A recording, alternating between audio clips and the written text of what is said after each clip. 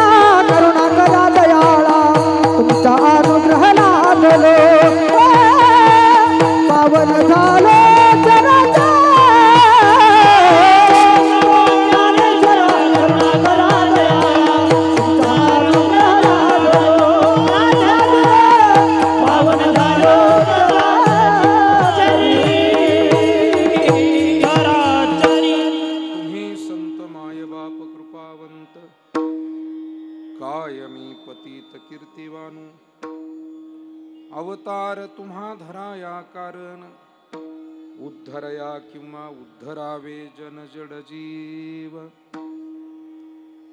संत श्रेष्ठ, वैराग्याचे महामेरू श्रीमंत श्री जगद्गुरु तुकोबाराय यांचा चार चरणाचा, विश्वसंत ज्ञानियांचे राजे साधकांचे मायबाप माऊली श्री ज्ञानोबारायांच्या चरणी सेवेसाठी हा अभंग या ठिकाणी घेतलेला आहे. या अभंगद्वारा जगद्गुरु तुकोबाराय माऊली ज्ञानोबारायांसम असे जे या महाराष्ट्राच्या भारताच्या भूमीमध्ये होऊन गेलेले पूज्य संत महात्मे महात्मे कोण आहेत, हे संत कोण आहेत? महाराज म्हणतात ते मायबाप स्वरूप आहेत, कृपावंत आहेत. आणि तुकोबारायांनी इतक्या नम्रतेनं म्हटलं की कायमी पतित कीर्तिवान. मी इतका सामान्य काय त्यांची कीर्ती वर्णन करू. अहो संतजन, तुमच्या अवताराचं उद्दिष्टच जड जीवांचा, सामान्यांचा उद्धार आहे. एवढ्या उदात्त पवित्र हेतून तुम्ही या भूतलावर आलेला आहात. तुकोबाराय म्हणतात समाजामध्ये सुख वाढीस लागावं, भक्ती भाव धर्म कुलाचार सदाचार भगवन नामस्मरण या आध्यात्मिक भावना समाज अंतःकरणामध्ये निर्माण व्हाव्या म्हणून तुम्ही या भूतलावर अवतार घेत असता. आणि चंदनाप्रमाणे स्वतःचं जीवन झिजवून समाजाला सुसंस्कारी सद्विचाराचा तो सुगंध निर्माण करण्याचं काम तुम्ही करताय. तुकोबारायांची भावना माऊलींविषयी, वारकरी संप्रदायाच्या संतांविषयी. विठाला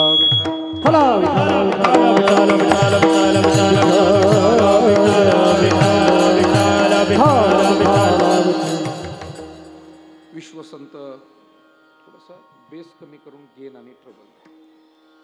हरिओम. थोडा किंचित इको द्या म्हणजे आवाज थोडा मोकळा होतो.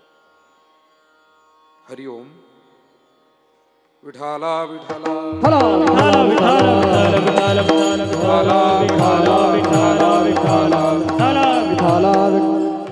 माऊली ज्ञानोबारायांच्या पवित्र पावन पुण्यक्षेत्र श्री क्षेत्र आळंदी या ठिकाणी प्रतिवर्षाप्रमाणे माऊली ज्ञानोबारायांच्या समाधी सोहळ्या प्रित्यर्थ जमलेले आपण सर्वच वारकरी भक्त भाविक साधू संत साधक माऊलींचा समाधी सोहळाचा हा उत्सव सुरू असताना आज हरिदिनी एकादशी आणि एकादशीच्या पुण्यपर्व काळावरती वैकुंठवासी श्रद्धेय गुरुवर्य विठ्ठल बाबा देशमुख यांच्या धर्मशाळेमध्ये परमादरणीय आपले स्नेही श्रीनिवासजी महाराज यांच्या मार्गदर्शनाखाली हा वारीचा अखंड नामोत्सव या ठिकाणी सुरू आहे. पारायण आहे, कीर्तन आहेत, अखंड हरिनाम सप्ताहच या निमित्तानं संपन्न होतो. आणि तत्प्रित्यर्थ आपणा सर्वांचे मार्गदर्शक श्रद्धेय गुरुवर्य पूजनीय नारायण महाराज जाधव तथा डॉक्टर बाबा यांची उपस्थिती या ठिकाणी. खरं म्हणजे आता वारीच्या काळात पूज्य डॉक्टर बाबांनाही भेटणाऱ्या साधू संतांचा ओघ, साधकांचा ओघ, भाविकांचा ओघ फार मोठा आहे. पण विठ्ठल बाबांच्या धर्मशाळेविषयी, श्रीनिवास महाराज आणि इथे सेवा करणाऱ्या साधकांविषयी बाबांच्या मनामध्ये कृपाभाव आहे. आणि तो भाव घेऊन तुमच्या माझ्यासारख्या सर्व साधकांना मार्गदर्शन व्हावं, आशीर्वाद प्राप्त व्हावा म्हणूनच ते या ठिकाणी उपस्थित राहिले. मी बाबांच्या चरणी वंदन करतो. खरं म्हणजे ही आळंदी क्षेत्र ज्या खांबावरती आज उभं आहे ते पूज्य परमश्रद्धेय गुरुवर्य कुरेकर बाबा, पूज्य श्रद्धेय डॉक्टर बाबा, अशी जी मोजकी संत मंडळी. आणि मला वाटतं माऊली ज्ञानोबारायांना सुद्धा समाधीमध्ये जो आनंद वाटत असेल आळंदीत, तो याच संत महात्म्यांमुळे, या कारणामुळे. अन्यथा ज्ञानोबारायांना सुद्धा कधीतरी भूतकाळात जाऊन हीच का माझी ती आळंदी असं वाटत असावं समाधीमध्ये. खरं म्हणजे येणाऱ्या काळामध्ये शासन, प्रशासन, सरकार यांना आपण वारकऱ्यांनी मागणी केलेली आहे. तुमच्या माझ्यासारख्या हजारो लाखो वारकऱ्यांनी शासनाला विनंती केलेली आहे की आपली जेवढी तीर्थक्षेत्र आहे त्या तीर्थक्षेत्रातलं पावित्र्य, तिथली शांतता, तिथला भक्तिभाव टिकून राहण्यासाठी कराव्या लागणाऱ्या ज्या कडक उपाययोजना आहे त्या तिथे सरकारी नियम लावूनच त्या बंद झाल्या पाहिजे. आळंदी आहे ना, तिथे बँड वाजता कामा नये, तिथे डीजे वाजता कामा नये, तिथे पण काय परिस्थिती वाईट आहे, तिथे टाळ मृदंगच वाजला पाहिजे. पंढरपूरमध्ये 5-10 किलोमीटरचं क्षेत्र राखीव करा, तिथे टाळ मृदंग सोडून दुसरं काही वाजणार. जसं तुम्ही पशु पक्ष्यांना सायलेन्स झोन दिलेले आहेत ना, आपण प्रवास करतो महाराज, अभयारण्य जर असेल, जंगल प्रदेश असेल, तर तिथे हॉर्न वाजवणं हा सुद्धा कायदेशीर गुन्हा आहे. आणि मग तीर्थक्षेत्रांच्या बाबतीत हे का होऊ नये? म्हणून बाळासाहेब महाराज येणाऱ्या काळात सगळ्या वारकऱ्यांना आपल्याला शासनाच्या पुढे जाऊन ही विनंती करावी लागणार आहे. मांसाहारी दुकानं तिथे नको, दारूची दुकानं तिथे 10 किलोमीटरच्या आतमध्ये नको, तिथे चित्र विचित्र कार्यक्रम. पंढरीला कार्तिकीला आपण जातो, दरवर्षी माझी सेवा गजानन बाबांच्या मठामध्ये एकादशीला सायंकाळची असते. गजानन महाराज मठामध्ये आम्ही कीर्तन सुरू केलं की तिकडं मनमाडकरांच्या मठाच्या अलीकडून पटांगणात तमाशा उतरलेला असतो आणि त्या तमाशाचा आवाज चालू होतो. मी स्वतः तिथल्या नगरपालिकेला पत्र दिलं, देवस्थान समितीकडे दिलं आणि विनंती केली की बाबा, आपल्याला आपली क्षेत्र शुद्ध, पवित्र, सात्विक, भक्तिमय ठेवण्यासाठी, बरं याच्यामध्ये दुमत कोणाचं नाही ना. असा कोण वारकरी आहे की तो म्हणेल हे बरोबर आहे? वारीमध्ये तमाशाचं मुळात कामच काय? तमाशा ही लोककला आहे.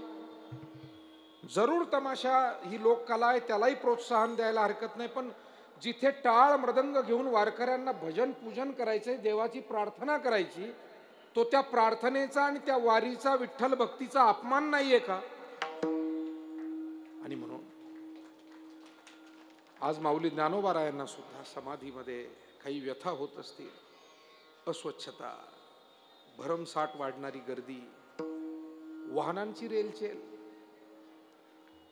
आणि या सगळ्यामध्ये उद्योग, व्यवसाय, लग्न कार्य, त्याचा धडाका, आणि त्याच्यामध्ये हरवून गेलेला तो टाळाचा आवाज, मृदंगाचा आवाज, भजनाचा आवाज, आरतीचा आवाज, काकड आरतीचा.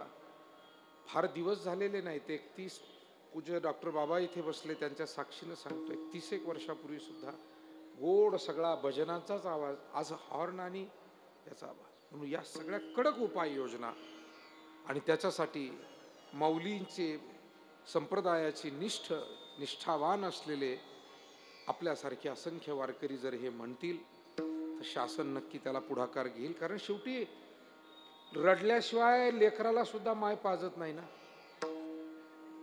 रडल्याशिवाय पाजते का ते? शासन कुठलंही जरी असलं तरी आपल्याला आपलं म्हणणं मांडल्याशिवाय, मागणं केल्याशिवाय ते मान्य कसं होईल? विठाला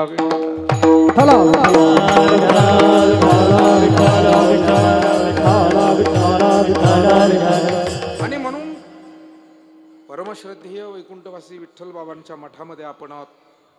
आपल्याला या मठांचे आजही आभार मानावे लागतील. श्रीनिवास महाराज, पूज्य डॉक्टर बाबा तर आम्हाला सर्वांनाच गुरुस्थानी आहे. श्रीनिवास महाराज आमचे अत्यंत गोड गुरुबंधू आहेत. अशा मंडळींना आपल्याला धन्यवाद द्यावे लागेल की आळंदीचं जे काही आध्यात्मिक महत्व आहे, इथला जो भक्तिभाव, सेवाभाव आहे, तो टिकवून ठेवण्यासाठी आमची अनेक अशी गुरुबंधू मंडळी, वेगवेगळे मठ मंदिरं योगदान देत आहेत. आपल्यासारखे असंख्य साधक त्यासाठी आजही योगदान देत आहेत. फार महत्वाची गोष्ट आहे. कारण तीर्थाचं तीर्थत्व संपल्यावर येणाऱ्या काळात त्याचं महत्व तरी काय राहील? म्हणून त्याचं तीर्थत्व जगामध्ये जर आपण पाहिलं महाराज, तर पुरातन गोष्टी आणि पुरातन परंपरा जतन करण्यावर अलीकडे खूप भर वाढलेला आहे. जुन्या गोष्टी आणि जगभरामध्ये त्याचं महत्व फार मोठं आहे. पुरातन साहित्य जतन करणं, पुरातन एखादं क्षेत्र असेल ते जतन करणं. मला वाटतं तीर्थक्षेत्रासारखी प्रेरणास्थानं, पवित्र स्थानं या जगामध्ये नाही. आणि म्हणून या माऊलींच्या तीर्थक्षेत्रामध्ये आजही माऊलींना समाधान आपल्यासारख्या श्रद्धेनं येणाऱ्या भाविकांमुळे, नित्य या ठिकाणी राहून साधनारत असलेल्या साधक बंधू भगिनींमुळे नक्कीच माऊलींना समाधान आहे. म्हणूनच माऊलींचा समाधी सोहळा प्रतिवर्षी आपण करतो. प्रतिवर्षी हा सोहळा होत असताना आमचे अत्यंत ज्यांचं बंधुतुल्य प्रेमाचं नातं आहे श्रीनिवासजी महाराज, त्यांनी फार आग्रहपूर्वक ही सेवा माझ्याकडे सोपवलेली आहे. खरं तर या क्षेत्रामध्ये आमचे गुरुजन असताना, आम्हाला मार्गदर्शन करणारे महात्मे असताना, माझ्यासारख्या सामान्य साधकांना इथे सेवा करावी अशी परिस्थिती नाही. पण महाराजांचं प्रेम, त्यांनी एक प्रकारे विठ्ठल बाबांचाच दिलेला तो आदेश, ती आज्ञा, आणि त्या आज्ञेस्तव ही सेवा हरिदिनीच्या दिवशी या ठिकाणी करतोय. जगद्गुरु तुकोबाराय आज या अभंगद्वारा माऊली ज्ञानोबाराय आणि माऊलींच्या समकालीन किंवा तुकोबारायांच्या अगोदरच्या काळामध्ये होऊन गेलेले जे सर्व संत आहेत, त्या सर्व संतांविषयी अंतःकरणातला श्रद्धाभाव प्रगट करतात. या अभंगातून संतांचं कार्य सांगतात, संतांचा स्वभाव सांगतात, संतांचा प्रभावही सांगतात. आणि अशा पद्धतीचं कार्य, स्वभाव, प्रभाव असलेले संत या जगतासाठी किती उपयुक्त आहे हेही अभंगातून तुकोबाराय आपल्या ध्यानी आणून देतात. विठाला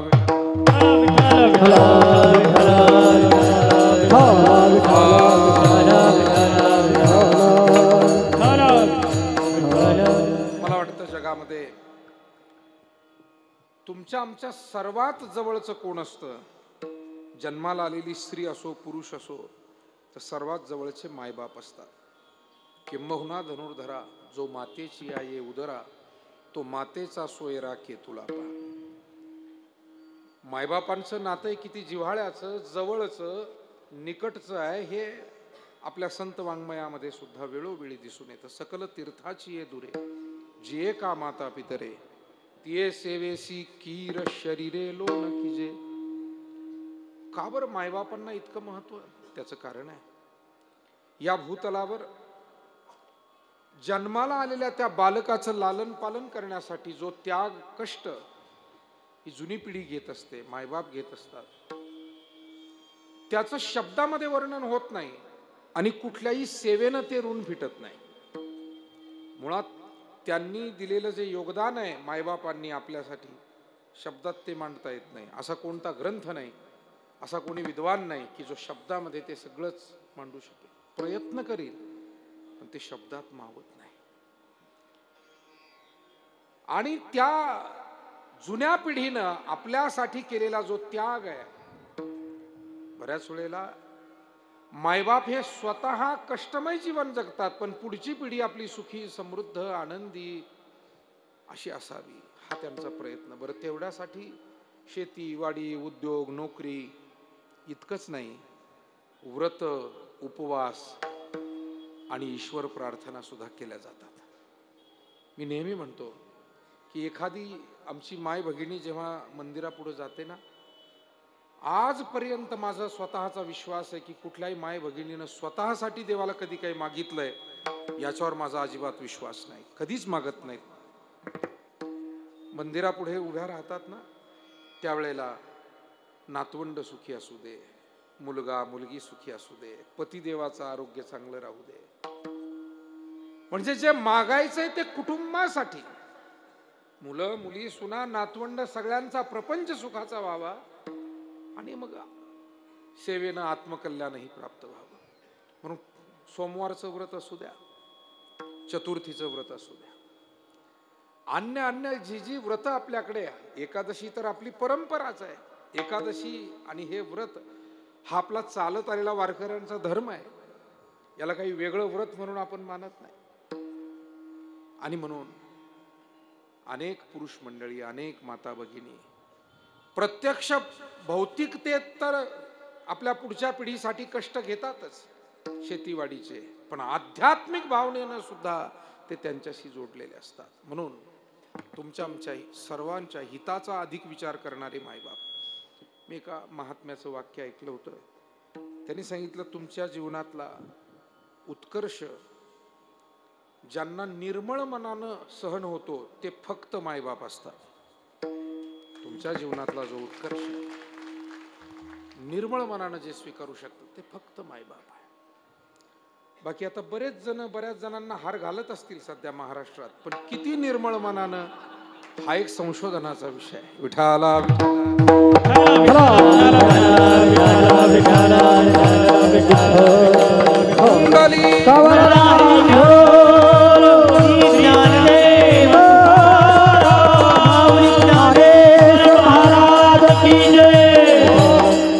तुकोबारांनी काय गोड भावना व्यक्त केलेली आहे. लेकुराचे हित वाहे माऊलीचे चित्त वाहे माऊलीचे चित्त माऊलीचे चित्त आले गुराचे हित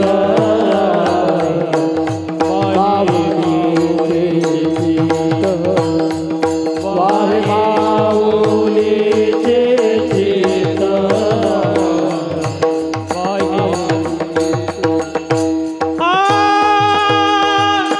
ऐशी कळवळ्याची जाती ऐशी कळवळ्याची जाती ऐशी कळवळ्याची जाती करी लाभावी नव्हे ऐशी कळवळ्याची जाती लाभावी नव्हे ऐशी कळवळ्याची जाती ऐशी कळवळ्याची जाती ऐशी कळवळ्याची जाती लाभावी करिला लाभावी लाभावी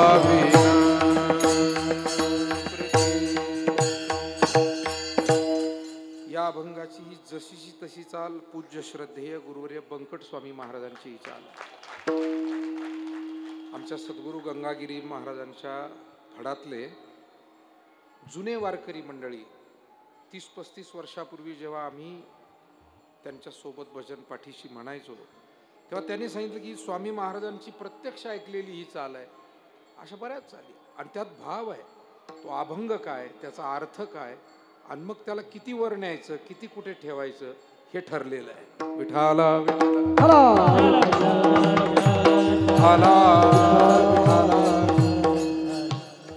आईची भावना आहे इथे. नो तानातानी या अभंगात त्याला जमतच नाही ना. तो अर्थच तिथे तसंच त्याला म्हणावं लागतं. तसंच तरच ते गोड होतं. लेकुराचे हित हळुवार भावना आहेत.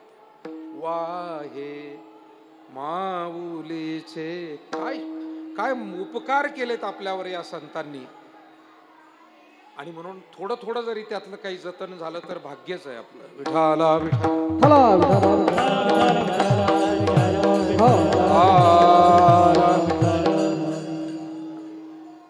आई किंवा वडील हे निर्हेतुक प्रेम करणार आहे. करी लाभावी न प्रीती हा शब्द तिथे खूप महत्वाचा आहे. आणि हित करतात असं म्हणत नाही. हित सदैव त्या हिताची भावना ते वाहतात आपल्या अंतःकरणात. सदैव वाहतात. वाहे सदैव. आणि म्हणून या जगतामध्ये सर्वात जवळचं जन्माला आल्यानंतर आपल्या जवळचं आपलं हित करणारं कोण असेल तर ते मायबाप आहे. आणि तुकोबारायांना निश्चितपणे असं वाटतं की तुका म्हणे माझे तुम्हा संतावरी ओझे. माझे म्हणण्यामध्ये महाराजांना असंही म्हणायचंय की माझ्यासारखे जेवढे काही सामान्य जीव भूतलावर आहेत, मनुष्य मात्र आहेत, सर्व जाती धर्मातले जे काही मनुष्य मात्र आहेत, या माणसांचं हित करण्याची जबाबदारी संत महात्म्यांवर आहे. घरातले मायबाप हित वाहतात, काळजी वाहतात, परंतु ती घरापुरती वाहतात, आप्त स्वकीयांपुरती वाहतात. पण अहो संतजन, तुम्ही मात्र अवघ्या विश्वाचीच काळजी स्वतःकडे ओढून घेतलेली आहे. मायबापांची उपमा देण्याचा हेतू इतकाच आहे. मायबापांची जशी निर्हेतुक भावना, कल्याणाची भावना आहे, तशी संतांची आहे, पण तिथे व्यापकत्वाचा फरक आहे. मायबापांच्या मनामध्ये आपण आपले आप्तस्वकीय यांचं भलं व्हावं, पण संतांच्या अंतकरणात मात्र त्रैलोक्य सुखी व्हावं. किंबहुना सर्व सुखी पूर्ण होवो नि तिही लोकी, भजिजो आदि पुरुखी अखंडित त्रैलोक्य सुखी व्हावं, ही भावना. आणि म्हणून जगद्गुरु तुकोबारायांना खरं तर खूप काही उपमा संतांना द्यायची आहे, पण उपमा देत असताना जे हित करणारे आहेत, कल्याण करणारे आहेत, त्या उपमेमध्ये सर्वोच्च उपमा मायबापांची सापडली, त्याच्या पुढे उपमा नाही. आणि म्हणून संतांना तुकोबाराय या अभंगातून कृपापूर्वक विनंतीपूर्वक या अभंगातून त्यांच्याशी बोलतायत. अभंगाचं तुम्ही संत माय बाप कृपावंत, बाप कृपावंत, तुम्ही संत माय बाप कृपावंत, बाप कृपावंत, तुम्ही संत माय बाप कृपावंत, तुम्ही संत तुम्ही संत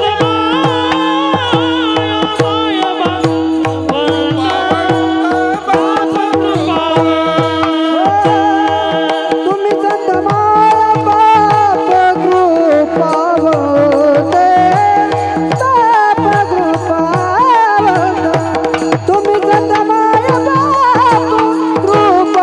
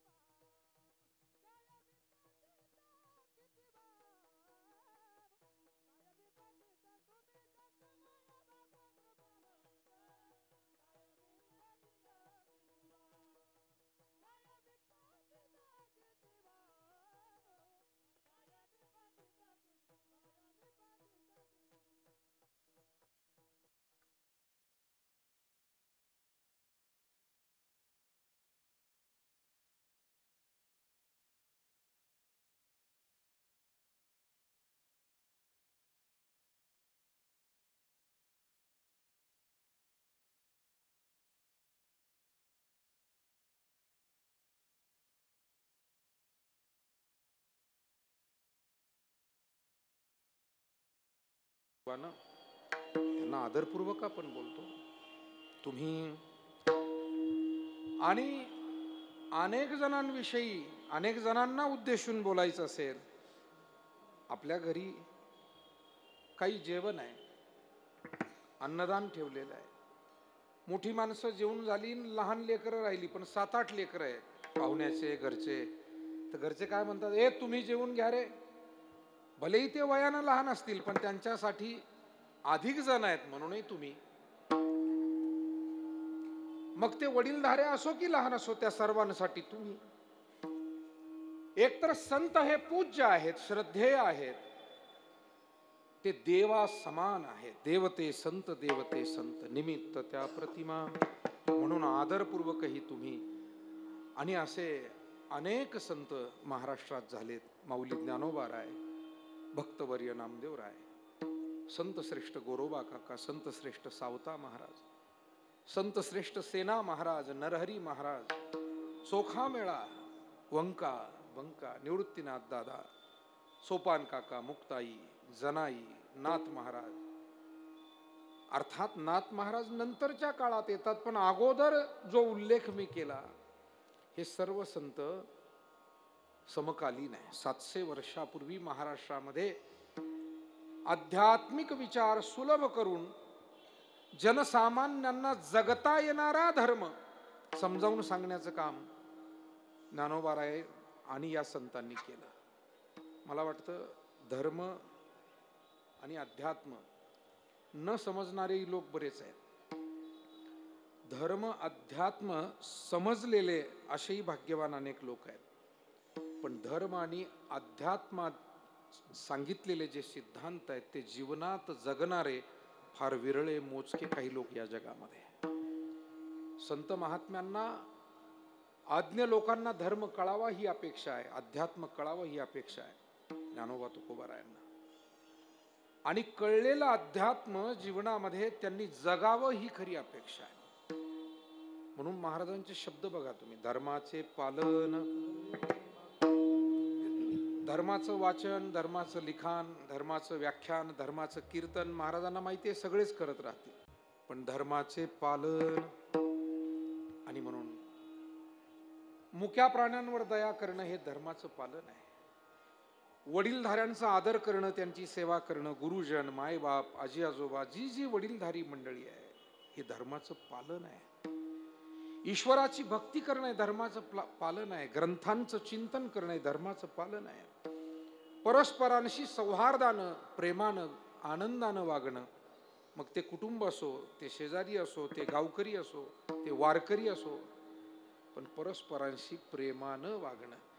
गर्दीमध्ये चालता चालता एखाद्याचा पाय लागला तरी असू द्या म्हणणं, कारण गर्दी एवढी असते की चूक होण्याची शक्यता, जाणीवपूर्वक कोणाला पाय हाणत सांगा, पण चुकून झालं क्षमा करणं. दया, क्षमा, शांती, तेथे देवाची वसती. विठाला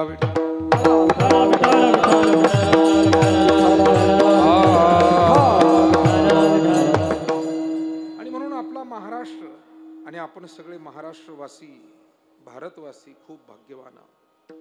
थोर अशा या ऋषीमुनींच्या, संतांच्या परंपरा आपल्याला लाभल्या. आणि या महात्म्यांनी स्वतः धर्म सांगितला नाही, ते धर्म तत्व स्वतःच्या जीवनामध्ये अनुष्ठाने जगा देत वडील जे, हे ज्ञानोबारायांची भाषा. श्रुती स्मृतीचे अर्थ आपण होवो निमूर्त, अनुष्ठाने जगा देत वडील जे हे. श्रुती शास्त्रातले अर्थ स्वतःच्या जीवनामध्ये उतरवून अनुष्ठान करून जगाला त्यांनी दिले. आणि म्हणून खऱ्या अर्थानं संतांचे फार मोठे उपकार, आणि उपकार सांगत असताना तुकोबारायांना असं वाटतं ते माय किंवा बाप या स्वभावानं काम करतात. आईचा स्वभाव काय असतो? प्रेम देणं, लालन पालन करणं.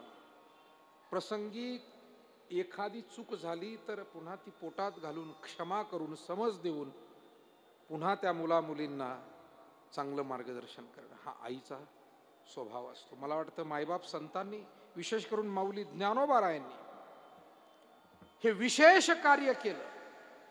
भलतिया भावे शरण जाता भेटी, पाडी तसे तुटी जन्मव्याधी.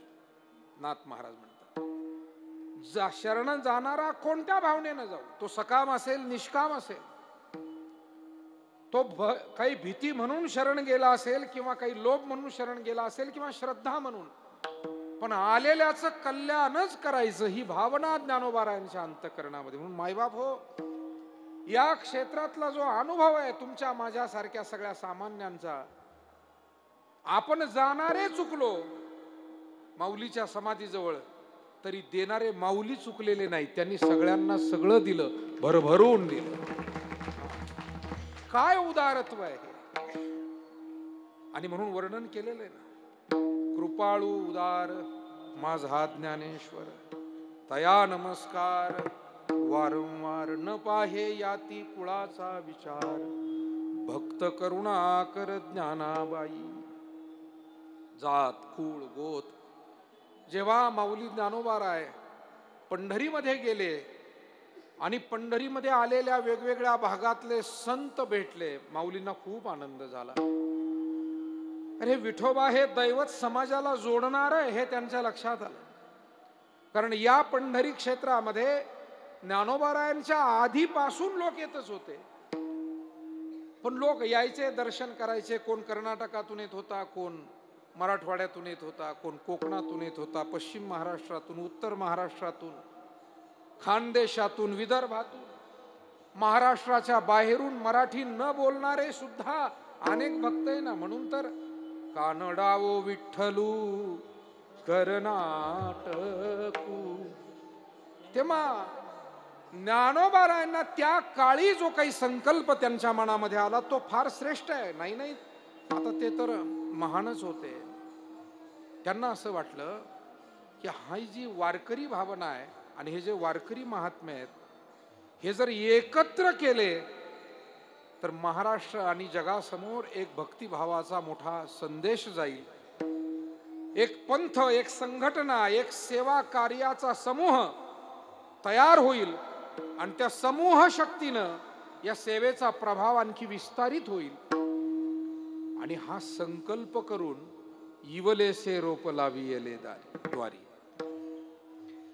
माऊलींनी भक्तिरूपी रोप लावलं, नामरूपी रोप लावलं. त्याचबरोबर मेळविली मांदी वैष्णवाची संघटन असावं लागेल हा सुद्धा विचार, हे सुद्धा रोपटं वारकरी संप्रदायाच्या रूपानं. आणि म्हणून बघा ना, गोरोबा काकांनी माती तुडवावी, गाडगे मडके घडवावी, परंपरागत काम त्यांच्या वाट्याला होतं. पण ज्ञानोबारांच्या ध्यानी आलं हा एक महात्मा आहे, भगवान पांडुरंगाचा निष्ठावंत वारकरी आहे. परिस्थिती गरिबीची असेल, परंपरागत काम तो करत असेल, पण त्याचा अधिकार मोठा आहे. सबंध भारतामध्ये सामान्य अशा भक्तांना सुद्धा संतत्वाचा अधिकार पहिल्यांदा कुणी दिला तो ज्ञानेश्वर महाराजांनी दिला. नाही तर तोपर्यंत मठा मंदिरात राहिला तरच संत. आता माझ्यासारखा मी मंदिरातच राहतो, पण तेवढ्यानं जर कुणी संत आणि वारकरी किंवा आध्यात्मिक म्हणायला लागलं तर ती समजूत फार चुकीची आहे. तुमच्यामध्ये बसलेला एखादा आमचा मायबाप, एखादी बंधू भगिनी त्यांची जबाबदारी पार पाडताय, शेती वाडी नोकरी व्यवसाय सांभाळताय, पण ते करत असताना त्यांचा भाव जर शुद्ध असेल, त्यांचे हेतू पवित्र असतील तर निश्चितपणे माझ्या मंदिरात राहणाऱ्यापेक्षा तो श्रेष्ठ ठरतो. आणि ही विचारधारा माऊलींनी आम्हाला दिली. हे पहिलं काम माऊलींनी केलं. माती तुडवतात म्हणून त्याला सामान्य म्हणू नका, कारण माती तुडविताना ही देहस्थिती, अशा विदेह स्थितीला पोहोचलेला तो महात्मा आहे. आणि त्याला महात्मा म्हणा, त्याला संत म्हणा. म्हणून गोरोबा काकांना संतत्व. सावता महाराज शेती करताय. कांदा मुळा भाजी, कांदा मुळा भाजी, कांदा मुळा भाजी, कांदा मुळा भाजी. अवघी विठाई माझी, अवघी विठाई माझी, अवघी विठाई माझी, अवघी विठाई माझी. कांदा मुळा भाजी, कांदा मुळा भाजी, कांदा मुळा भाजी, कांदा मुळा भाजी. अवघी विठाई माझी, अवघी विठाई माझी, अवघी विठाई माझी, अवघी विठाई माझी. लसूण मिरची कोथिंबिरी अवघा झाला माझा हरी. गट्टाच काढा तू.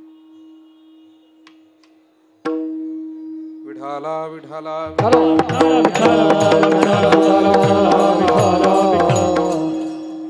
लसूण मिरची कोथिंबिरी अवघा झाला माझा हरी. मोठ नाडा विहीर दोरी अवघी व्यापिली पंढरी सावता म्हणे केला मळा, विठ्ठल पायी गोविला गळा. मायबाप हो, मागच्या 2-3 वर्षामध्ये जे महाराष्ट्रात घडलं ते जर दुसऱ्या एखाद्या राज्यात घडलं असतं तर हाहाकार माजला असता, अराजक माजला असतं. एवढे जाती जातीचे वाद, एवढे संघटनेचे वाद निर्माण करण्याचे जाणीवपूर्वक प्रयत्न केले गेले. जाणीवपूर्वक. पण हा महाराष्ट्र होता. इथे ज्ञानोबारायांनी दिल्ली शिकवण, नामदेवराय, गोरोबा काका, सावता महाराज, सेना महाराज, नरहरी महाराज, चोखा मेळा, नाथ महाराज, तुकोबाराय, निळोबाराय, कोण नाही झालं या महाराष्ट्रामध्ये. नंतरच्या काळामध्ये देहूकरांचा फड असेल, तिथले सर्व महात्मे असतील, वास्करांचा फड, आजरेकरांचा असेल, येडशीकरांचा असेल, दोंडोपंत दादांची परंपरा असेल, गंगागिरी बाबांची परंपरा, सद्गुरु जोग महाराज आणि महाराजांनी घालून दिलेली आपली संस्थेची परंपरा, किती परंपरा महाराष्ट्रातल्या, इकडे संत भगवान बाबांची परंपरा, अशा किती थोर थोर परंपरा. आणि या सगळ्या विचारांचा परिणाम म्हणून महाराष्ट्रावर आलेलं भयानक मोठं संकट, मला वाटतं ते उलथवून लावलं. या वाद वितंडवादाला थारा दिला नाही आणि ते कृतीतून महाराष्ट्राच्या लोकांनी दाखवूनही दिलं की तुम्ही आमच्यात वाद लावण्याचे जरी प्रयत्न केले, दलित ओबीसी मध्ये वाद किंवा ओबीसी मराठ्यामध्ये वाद, ही षडयंत्र करून तुम्ही हा धर्म, ही संस्कृती तोडू पाहता. एका अर्थानं पिसा रागे भाजिले घर अशी अवस्था आहे. तुकोबारायांच्या भाषेत, घरात फार पिसा झाल्या, मग कोण म्हणे फवारा मारून पहा, कोण म्हणे धूप लावून पहा, कोण म्हणे लिंबाची पानं जाळून पहा. एक लई सुपर डोक्याचा होता, तो म्हणला घासलेटचा डबा आणा आणि हे पेटूनच देऊ आपण. तुकोबारायांनी दिलेला दृष्टांत आहे, पिसा रागे भाजीले घर. मला वाटतं दुर्दैवानं मागे जे 2-2.5 वर्षात झालं, हे महाराष्ट्र जाळायला निघालेले लोक होते. विठाला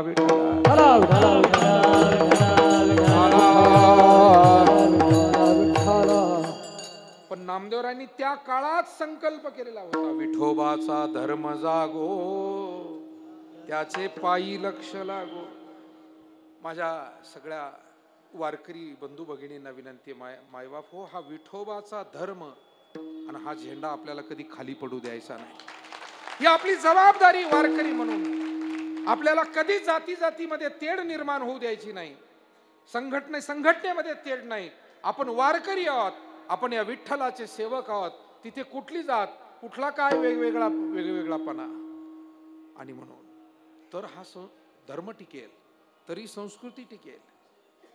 नाहीतर ही अशी वाद वितंड वाद वाढत गेले, हे तात्पुरते लोक वेगवेगळे भांडणं लावत राहतील. राजकारण हे इथून पुढच्या काळातही वेगवेगळे वळण घेत राहील. आणि कोणा पक्षाला, कोणा राजकीय माणसाला कधी काय दुर्बुद्धी सुचेल. आज आपण ज्याला चांगलं म्हणतो, उद्या त्याला काही दुर्बुद्धी सुचेल. असं हे चालतच राहणार आहे. म्हणून त्यांच्या फार आपण लक्ष देणं, किंवा त्यांनी भांडणं लावून दिले म्हणून आपण लावून घेणं, आणि हे बरोबर निमित्त उभे करतात.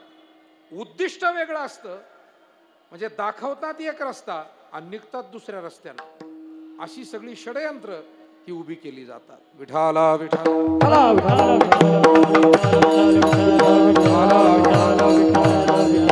कुंडली गवरदा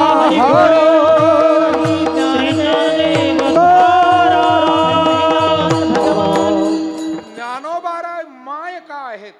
न पाहे याती कुळाचा विचार, जात कुळ गोताचा विचार केला, परिस्थितीचा विचार केला नाही. आज्ञ किंवा सुज्ञ ज्ञानोबारायांनी तेही टाळलं नाही. म्हणजे अत्यंत सामान्यातिसामान्य काम करणारी जनाबाई. काय काम करावं जनाईनं? नामदेवरायांच्या घरी धुनी भांडी, कारण बेवारस अनाथ म्हणून घरी आणलं आणि घरच्या सारखंच वाढवलं. नामदेवरायांच्या आईनं, पत्नीनं त्यांना. आपलीच लेक आहे, आपलीच नात आहे. नामदेवरायांना आईला वाटायचं आपली नात आहे, नामदेवरायाच्या पत्नीला वाटायचं आपली लेक आहे, नामदेवरायांना वाटायचं आपली लेक आहे जनाई. मग सगळ्याच्या वाट्याला काही काम, तसं जनाईच्या वाट्यालाही काम होतं. दळायचं, झाडायचं, धुनी भांडी करायची, गोवऱ्या वेचायला जायचं. पण हे करत असताना जनाबाईंच्या अंतःकरणात काव्य स्फुरलं. नामदेवरायांच्या सहवासाचा आणि त्यांच्या कुटुंबाच्या सहवासाचा तो परिणाम जनाबाईवरही झाला. आणि जनाबाई या पांडुरंगाविषयी आध्यात्मिक भावना काही वेगवेगळ्या विषयावर त्या प्रगट करू लागल्या. जनाबाईचे अनेक अभंग प्रसिद्ध आहे, त्यातलं त्यांचं जात फार प्रसिद्ध आहे.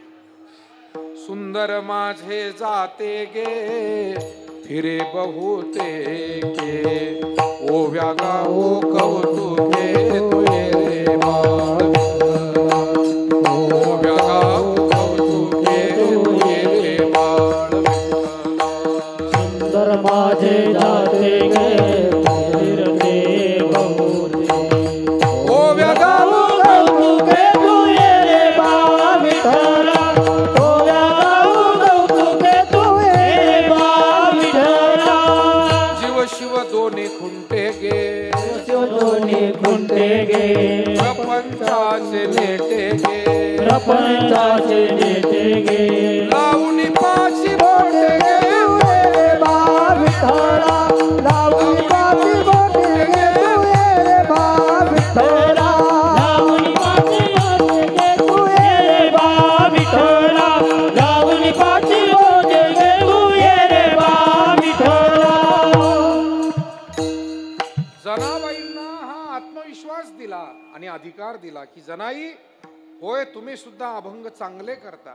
मला असं वाटतं सामान्य सेवा आजूबाजूला कुणी करत असेल पण त्याचं तोंड भरून कौतुक केलं पाहिजे, म्हणजे त्याला प्रोत्साहन मिळतं. वारकरी संतांचे वैशिष्ट्य राहिले की परस्परांच्या सेवेविषयी, कार्याविषयी त्यांनी गौरव उद्गार काढले. परस्परांच्या सेवेविषयी आज काही लोकांना आपलंच स्वतःच सांगण्यात अर्ध कीर्तन पुरत नाही. हे टिमकी वाजवतात, काय जीव देताय, मरताय. लोक ठरवतील, बाकीचे वारकरी ठरवतील, काम करत राहा, सेवा करत राहा ना. का विश्वासच नाही राहिलेला आपण करतो ते माहित होत नसेल म्हणून, आणि म्हणून मोठं अमंगळ वाटतं बुवा, अमंगळ वाटतं. विठाला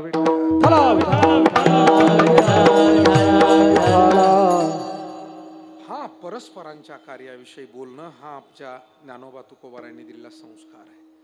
तोंड भरून बोललं पाहिजे, तिथे कंजूसपणा नको. आणि म्हणून आज पूज्य डॉक्टर बाबांसारखे संत महात्मे आपल्या पुढे बसलेले आहेत. कधी एक शब्दानं त्यांनी उल्लेख केला आजपर्यंत ते असं म्हणले नाही की माझा विद्यार्थी अमक्या गावात आहे. आमच्याकडे ज्याचे फक्त 5च कीर्तन झाले आतापर्यंत, 6व्या कीर्तनाला निघाला, 6व्या कीर्तनाला निघाला, तो म्हणतो अमक्या गावात आमचे शिष्य आहे. तू गुरु झाला कधी? लाज नाही वाटत, जीभ नाही झडत कोणाला शिष्य म्हणायला? मला असं वाटतं आमची परंपरा नाही आहे शिष्य म्हणून उल्लेख करणं सुद्धा. विठाला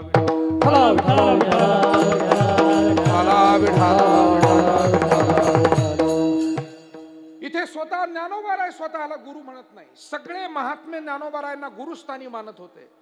ज्ञानोबाराय कधी एरवी तरी मी मूर्खू, जरी जाहला अविवेकू, तरी संत कृपा. आम्ही सहकारी आहोत म्हणावं, गुरुबंधू आहोत, आम्ही आध्यात्मिक आहोत. मी आपल्याला आवर्जून आठवण सांगेल, आमचे गुरुवर्य श्रद्धेय ब्रह्मलीन नारायणगिरीजी महाराज, विद्यार्थ्याचा हा परिचय करून द्यायचा जरी असला कोणा भाविकांना, ते म्हणायचे अहो हा आमचा माणूस आहे बरं बेटातला, एवढंच म्हणायचे. माझा शिष्य आहे असं तोंडातून निघालं नाही शेवटपर्यंत. 100पेक्षा अधिक वय झालं होतं. कारण तुकोबाराय कोणाला शिष्य म्हणत नाही, ज्ञानोबाराय म्हणत नाही, आणि म्हणून ही परंपरा आहे. आम्ही या बारकाव्यांचा विचार करतोय का?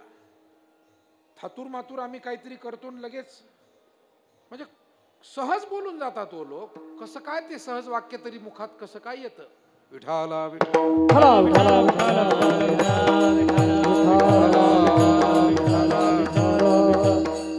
ज्ञानोबारायांनी सर्व संतांना बरोबरीनं वागवलं. एका विद्वानाचं वाक्य आहे, सिद्धांत आहे. त्यानं सांगितलं मोठा माणूस तो असतो जो आपल्या सोबतच्या माणसाला कधी लहानपणाची जाणीव होऊ देत नाही तो मोठा माणूस असतो. सर्व क्षेत्रात, बरं सर्व क्षेत्रात मी असे कुटुंब पाहिले, तुमच्यासारखे चांगले कुटुंब पाहिले गावोगावी. थोरला भाऊ असतो, पण तो धाकट्या भावाच्या खांद्यावर हात ठेवून आमच्या वारकऱ्यांपुढे आणतो. महाराज, हे सगळं घर आमचा भाऊ चालवतो, बरं तो आहे म्हणून मला तुमच्या सोबत कधी कीर्तनाला येता येतं, पारणाला बसता येतं. याला म्हणावं मोठा. कोण? जो धाकट्याला धाकटेपणाची जाणीव होऊ देत नाही. आणि मग घरं टिकतात, मग संप्रदाय टिकतात, मग संघटनाही टिकतात, आणि मग संस्कृतीही टिकते. परस्परांचा आदर करणं, परस्परांच्या कार्याविषयी बोलणं, हा संस्कार आम्हाला महाराष्ट्राला कुणी दिला असला तो नामदेवरायांनी, तो ज्ञानोबा. नामदेवरायांचं तर अंतःकरण किती मोठं म्हणून सांगायचं आई बाबू. नामदेवरायांनी आपल्या गाथेमध्ये गोरोबा काकांविषयी लिहिलं, सावता महाराजांविषयी लिहिलं, सेना महाराजांविषयी लिहिलं, ज्ञानोबारायांविषयी लिहिलं, अनेक संतांविषयी. त्यांची लेखणी थकलीच नाही. आणि म्हणून तर आपल्याला हे संत माहिती झाले. तीर्थयात्रा कशी केली ते माहिती झालं. काय चमत्कार त्यावेळी घडले ते नामदेवरायांमुळे माहिती झाले. त्यांची गाथा नसती आणि त्यांनी उदार अंतकरणानं आपल्या भोवतालच्यांविषयी लिहून ठेवलं. पुढे संत महिपती महाराज, राहुरी तालुक्यामध्ये तहाराबाद नावाचं क्षेत्र आहे, आणि त्या ठिकाणी महिपती महाराजांनी अवतार घेऊन सर्व संतांविषयी लिहिलं, सर्व संतांची चरित्र लिहिण्याचं काम केलं. आणि म्हणून स्वीकार करणं, परस्पराच्या कार्याचा गौरव करणं. ज्ञानोबारायांनी सावता महाराजांच्या कार्याचा गौरव केला, गोरोबा काकाच्या, सेना महाराजांच्या, नरहरी महाराजांच्या. आणि या सगळ्यांना सांगितलं की बाबा हो, तुमचा आध्यात्मिक अधिकार खूप मोठा आहे, तुमची या महाराष्ट्राला गरज आहे. आपण असेच वारीला आलं की एकत्र बसत जाऊ आणि हा विचार संस्कार सर्व जाती धर्मीय जनसामान्यापर्यंत हा पोहोचवण्याचं काम करू. आणि म्हणून तुम्ही संतमाय ज्ञानोबारायांनी केलेलं हे आईचं कार्य एकत्र. बापाचं कार्य काय? कठोरपणानं वेगवेगळे सिद्धांत आणि विचार सर्वांसमोर ठेवले. मग त्यामध्ये त्यांनी कधी कधी मुलहिजा बाळगला नाही. एखादं मत आहे ते चुकीचं आहे, तर चुकीचं आहे सांगण्यामध्ये ज्ञानोबाराय कुठेही मागे पाहत नाही, मागे राहत नाही. एके हाती दंतू जो स्वभावता खंडितू, तो बौद्ध मत संकेतू वार्तिकांचा. एक उदाहरण म्हणून ओवी आपल्या पुढे ठेवली. ज्ञानेश्वरीच्या अगदी प्रारंभी वेगवेगळ्या धर्माची वेगवेगळी मतं आहे, पण ती जर चुकीची असतील, म्हणून गणपतीचं वर्णन करत असताना एक गणपतीचा दात का खुडलेला आहे, तर जे निरीश्वरवादी आहे, जे ईश्वराला मानत नाही, असे जे वेगवेगळे धर्म आहेत त्यांचं मताचं खंडन म्हणून त्या गणपतीचा एक दात नाही असं तिथे ज्ञानेश्वरीमध्ये ते म्हणतात. एके हाती दंतू जो स्वभावता, तो स्वभावताच खंडित करून टाकलेला आहे, तो बौद्ध मतसंग. कुणी नास्तिकवादी आहे, कुणी निरीश्वरवादी आहे, शून्यवादी आहे, द्वैती आहे, अद्वैती आहे, या सगळ्यांचा समाचार ज्ञानोबारायांनी घेतलेला आहे. आणि म्हणून त्यांचं बाप म्हणून हे जे कर्तृत्व आहे की सर्वांना योग्य विचार देणं, मला वाटतं ज्ञानेश्वरी सारखा महान ग्रंथ आम्हाला दिला, ही ज्ञानोबारायांची बाप असलेली भूमिका आहे. आणि भजनाची, टाळ मृदंगाची परंपरा आम्हाला घालून दिली, ही त्यांची माय असलेली भूमिका आहे. जे सुज्ञ, जे शहाणे, जे ज्ञानी आहेत त्यांना ज्ञानाचाही मार्ग दाखवला, पण जे भोळे आहे, भाबडे आहे, सामान्य आहे, त्याला भक्तीचाही मार्ग, नामाचाही मार्ग दाखवला. मला वाटतं वारकरी संप्रदायामध्ये नाम आणि ज्ञान याचा संगम आहे. म्हणून जगामध्ये भक्तिरसही पूर्वी होता आणि ब्रह्मज्ञानही होतं, पण मला स्वतःला वारकरी म्हणून असं वाटतं बालाजी महाराज नेहमी की भक्तिरस होता, कारण नारद भजन करत होते, म्हणजे ज्ञानोबारायांच्या अगोदर भक्तिरस होता, अनेक भक्त होऊन गेलेले. ब्रह्मज्ञान तर होतच, ब्रह्मज्ञानाच्याच पायावर हा संप्रदाय, हा धर्म उभा आहे, पण ब्रह्मरस नव्हता. ऐका बरं, भक्तिरस होता, पुन्हा नीट ऐका, ब्रह्मज्ञान होतं पण ब्रह्मरस नव्हता. ब्रह्मरस म्हणजे काय? भक्तिरस आणि ब्रह्मज्ञान या दोहोंना परस्परांच्या जवळ आणून त्याचा केलेला संगम म्हणजे ब्रह्मरस. आणि म्हणून तुकोबाराय माऊलींनी दिलेला हा ब्रह्मरस घ्या असा आग्रह करतात. ब्रह्मरस घे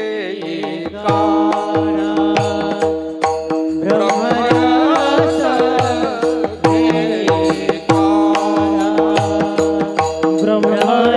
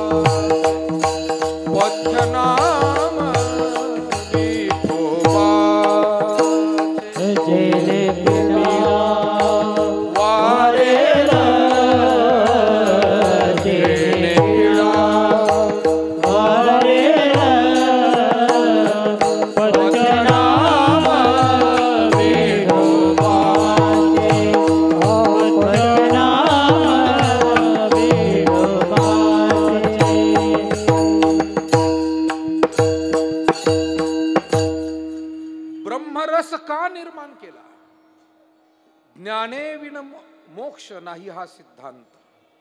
ज्ञानाशिवाय मोक्ष मिळत नाही, ज्ञानाची गरज आहे. पण सामान्य साधकाला एकदम ब्रह्मज्ञानाचा अधिकार प्राप्त होत नाही. त्याला भक्ती मार्गानेच ज्ञान मार्गापर्यंत जावं लागेल. भक्तीची या पोटी बोध काकडा ज्योती, भक्तीतून बोध निर्माण करावा लागेल, तर सामान्याचा हा अध्यात्माचा प्रवास सुखकर होईल.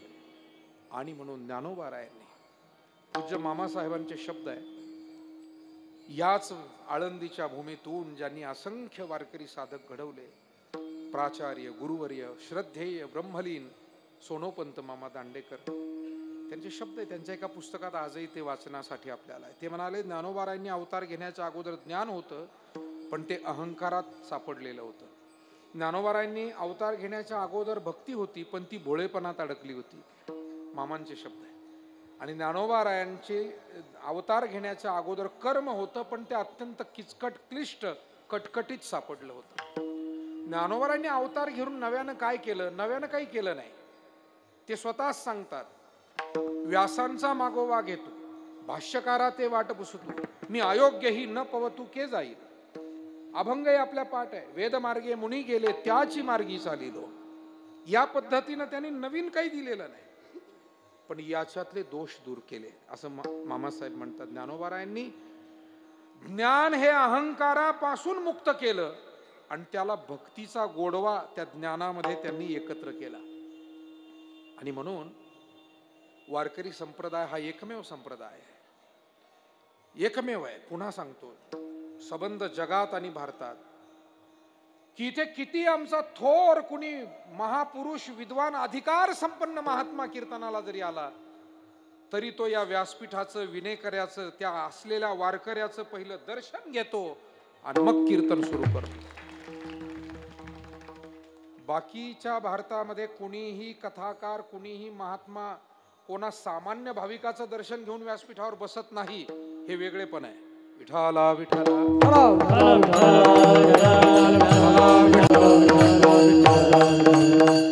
कारण इथलं ज्ञान भक्ती मिश्रित आहे आणि त्याच्यामुळे त्याच्यातला अहंभाव गेला पाहिजे. हे किती बारीक बारीक गोष्टी करून शिकवलंय बघा, किती बारीक बारीक करोनी सायास शिकविती.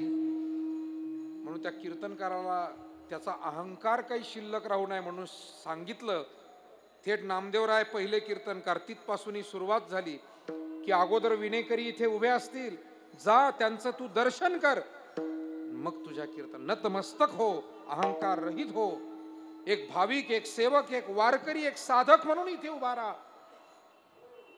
आता त्याच्यातही बदल झाला. काहींना इथे आल्यावरही वाकायची लाज वाटते, ते येतात ना असा विना घेतात. आपण समजायचं कमराचं ऑपरेशन झालेलं आहे, त्यांच्या रॉड टाकलेले, रॉड त्यांच्या कमरात. आणि ते सरळ रॉड टाकल्यामुळे त्यांना वाकवत नाही असं म्हणून आपण त्यांना क्षमा करायची. विठाला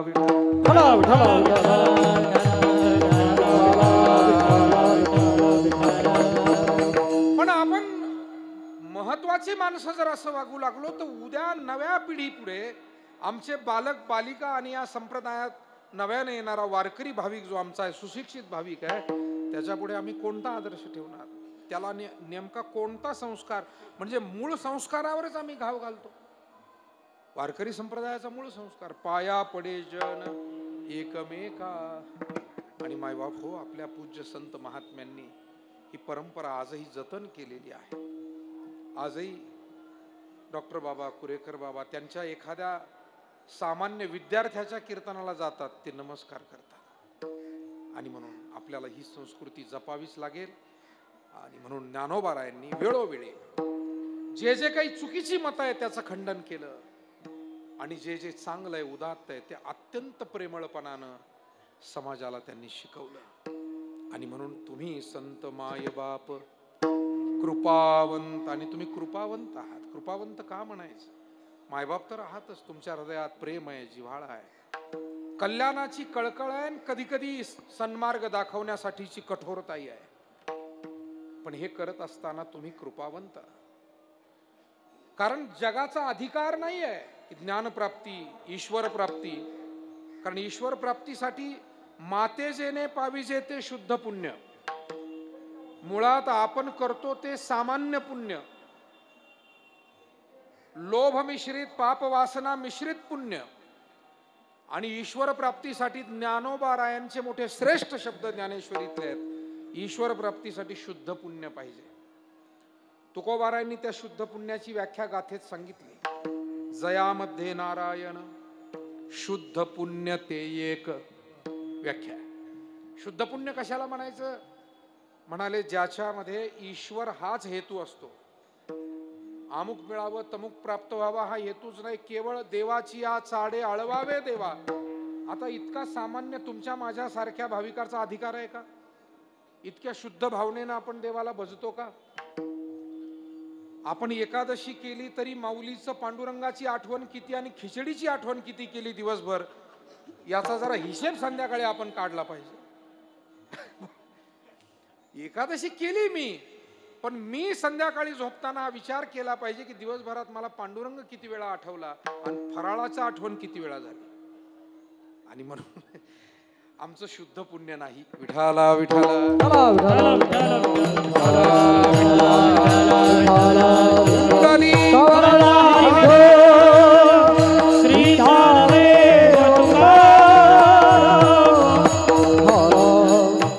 पण जो काही समाज आहे, पामर आहे, विषयी आहे, साधक आहे, ज्या ज्या अधिकाराचा आहे, त्या सगळ्यांनाच ईश्वर प्राप्ती झाली पाहिजे, जीवनात आनंद मिळाला पाहिजे, त्यांना ब्रह्मज्ञानाची, भक्तिरसाच्या आनंदाची प्राप्ती झाली पाहिजे. हा भाव ज्ञानोबारायांच्या मनामध्ये आहे. आणि म्हणून ते माय आहेत, ते बाप आहेत, आणि ते कृपावंतही आहेत. हा कृपा भाव आहे त्यांच्या मनातला. आणि म्हणून त्यांनी असं म्हटलं नाही की फक्त सिद्धांनी या आणि अध्यात्म सेवेनं सुखी व्हा, साधकांनीच या आणि अध्यात्म सेवेनं सुखी व्हा. ते म्हणतात, यारे यारे यारे यारे लहान थोर याची भलक्षणारी नर करावा विचार न लगेच दाखवला. यारे यारे लहान थोर याची भलक्षणारी. आपण डॉक्टरकडे जातो, डॉक्टर पहिल्यांदा आपल्याला मध्येच घेतात ना, तपासतात. डॉक्टर असं म्हणतात का, बरे व्हान मग माझ्याकडे या. लोक म्हणतील तुम्ही दवाखाना टाकला कशाला, डॉक्टर झाले कशाला? बरे व्हान तुमच्याकडे या, बरे झाल्यावर आम्ही घरीच बरे राहू. डॉक्टर असं म्हणत नाही.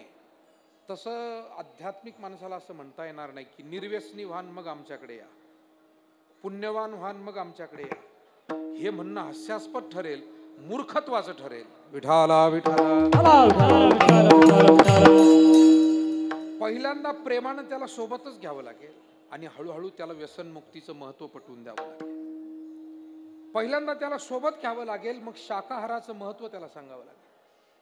आपल्या महाराष्ट्रामध्ये वेगवेगळे संत झाले. कोकण भागात आपण सगळेच जातो. श्रीनिवास महाराज कोकण भागात गेल्यावर एक जुनी वारकरी मंडळी तिकडे एक गोष्ट जुन्या काळातली सांगतात. पूज्य सावळाराम बाबा एक थोर संत कोकण भागामध्ये झाले की ज्यांनी फार मोठी क्रांती, भक्तीची क्रांती कोकण भागामध्ये केली. मासेमारी करणारे, पूर्ण मांसाहार करणारे असे असंख्य लोक, असंख्य कुटुंब तिथं होती. सावळाराम बाबा भजन करायचे सोमवारी, एकादशी, अमक्या दमक्याला. आणि बऱ्याच वेळेला मासे पकडण्याचे जाळेवर अडकवलेले असायचे. आजही जुनी वारकरी मंडळी रायगड, ठाणे कोणत्याही भागात आपण गेलं की सांगतात माशाचे जाळे वर बांधलेले, खाली भजन चालायचं. पण ते असं म्हटले नाही की तुम्ही मासे मारता आणि मासे खाता मग मी तुमच्या घरी भजन करणार नाही. आज असं झालं, 5, 10, 20 वर्षानंतर हळूहळू परिवर्तन झालं. ती माणसं पंढरीला यायला लागली. कोकणातले सगळे वारकरी हळूहळू आळंदीला यायला लागले. आज आपण जर पाहिलं, पूर्वी मराठवाडा हा वारकरी संप्रदाय सेवेमध्ये अव्वल नंबर असायचा असं नेहमी जुनी माणसं सांगतात. आज मात्र आपल्याला निश्चितपणे म्हणावं लागतं की कोकण विभाग हा वारकरी संप्रदाय सेवेमध्ये अव्वल आहे. मला खात्री आहे इथे कोकणातली फारशी कोणी जमलेले नाही. त्यांच्या पश्चात त्यांचं कौतुक तुमच्या पुढे मी हे करतो. त्याचं कारण आहे की न पाहे याती कुळाचा विचार. त्याची जात कुळ गोत पाहिलं नाही. ते सावळाराम बाबांनी भजन करून घेतलं, यायला जायला लागले आणि त्या माणसांना हळूहळू शाकाहाराचं महत्व कळलं, माळ घालण्याचं महत्व कळलं, ज्ञानेश्वरी वाचण्याचं महत्व कळलं, गाथेच्या पारायणाचं महत्व कळलं. आज पूज्य बंडा तात्यांचे सगळ्यात मोठमोठे कार्यक्रम जर कोणत्या विभागात होतात ते कोकण विभागात होतात. अतिशय श्रद्धेनं, नेटानं, नियम पाळून. आणि सांगतो आपल्याला, कोकणामध्ये गेल्यानंतर सगळीच्या सगळी माणसं वारकरी गणवेशात उभी असतात. ऐकायला येणारे सुद्धा ते टोपी घालून, पांढरे कपडे घालून येतात. याचा अर्थ आपण वारी करत नाही किंवा आपण ते मला म्हणायचं नाही. परंतु मला त्यांचं अधिकचं कौतुक यासाठी सांगायचं, एक 40-50 वर्षापूर्वी ज्या घरांमध्ये रोज फक्त मासेच खाल्ले जात होते, ज्या घरांमध्ये मासेमारीच केली जात होती, तिथलं परिवर्तन असं आहे की त्या घरातली मुलं आज कीर्तन करायला लागले, भजन म्हणायला लागले, मृदंग वाजवायला लागले. अगोदर स्वीकार केला आणि नंतर सुधार केला. ज्ञानोबारायांनी सुद्धा. सोखोबारायांचा अभंगच आहे. ते म्हणतात आमचा वारकरी संप्रदाय कसा आहे. सोखोबाराय म्हणले, माझ्यासारखा एक मोलमजुरी करणारा सामान्य वारकरी, पण ज्ञानोबारायांनी मला जवळ केलं आणि म्हणून हा वारकरी संप्रदाय जसे येतील तशांना जवळ कर. खट नट यावे शुद्ध होवो मिया जावे, दोन्ही पिठी भावे, दोन्ही पिठी भावे तो कामे.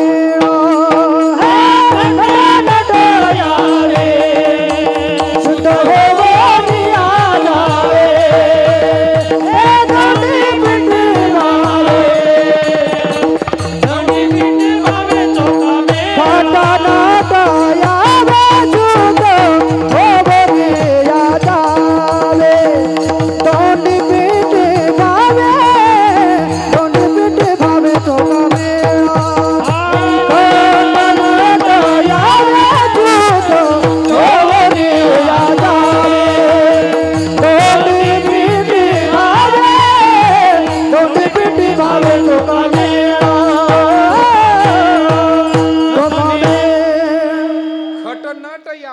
आणि शुद्ध होऊन जावे.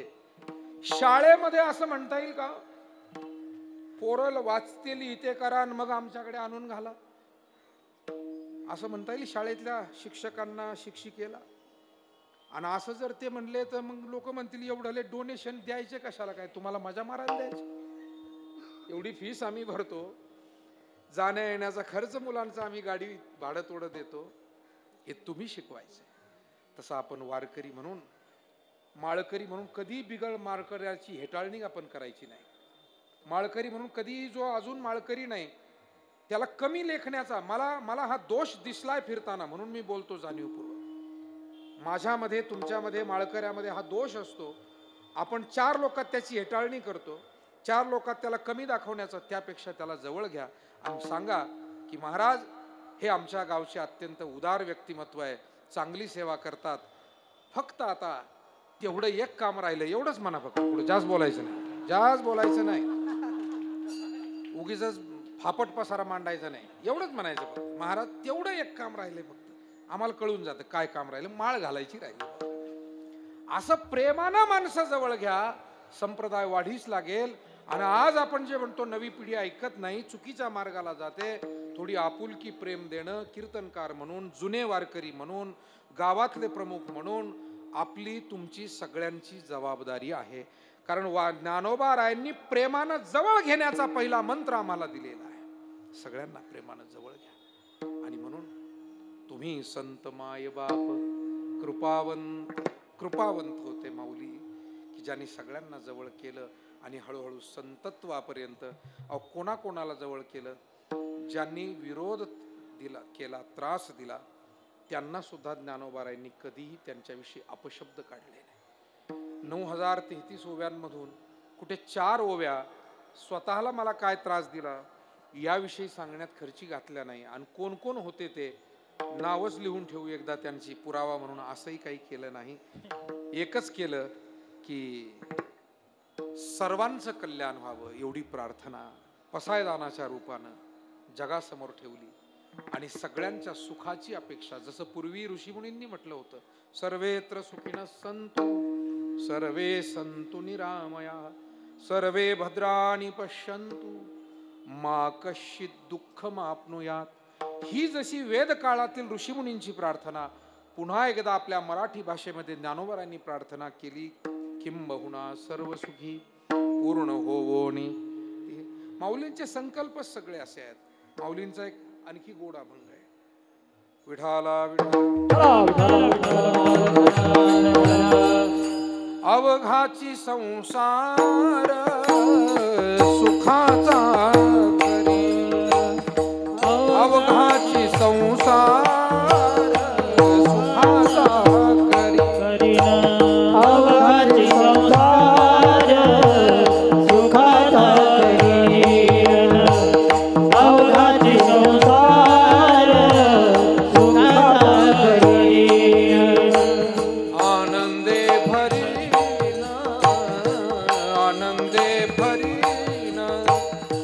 तिन्ही लोक जाईन गे माये तया पंढरपुरा, जाईन गे माये तया पंढरपुरा. आनंदे भरीन आनंदे भरीन तिन्ही जाईन गे माये तया पंढरपुरा, जाईन गे माये तया पंढरपुरा. आणि तोच माऊलींचा तंतोतंत विचार घेऊन ब्रह्मलीन परमश्रद्धेय पूज्य संत श्रेष्ठ सद्गुरु जोग महाराज यांनी या ठिकाणी वारकरी शिक्षण संस्थेची स्थापना केली. न पाहे याती कुळाचा विचार, ही अशी संस्था आहे की जिथे हरिजन आणि मुस्लिम समाजासह सुद्धा विद्यार्थी येऊन शिकून गेलेले आहेत, त्याचे पुरावे आहेत. आपण या इतक्या उत्तम गोष्टी सांगायला कमी पडतोय आपण. वारकरी म्हणून आपण केलेले हे जे काम आपल्या गुरुजनांनी केलेलं आहे, आपण सकाळपासून ठरवून जातो कोणती हसण्याची गोष्ट सांगायची, आज कोणती हसण्याची गोष्ट. इतक्या खाली आणून ठेवलं आपण हे सगळं. विठाला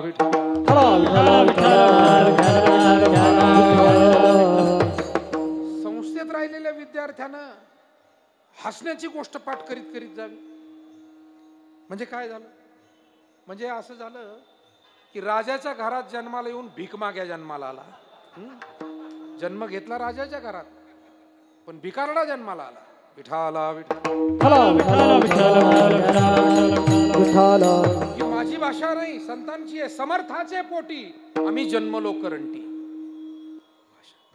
आणि म्हणून आम्हाला हा इतिहास सांगता आला पाहिजे. हे मोठं कार्य काय आहे संप्रदायाचं, संस्थेचं, आमच्या तीर्थक्षेत्रांचं, आमच्या ग्रंथांचं.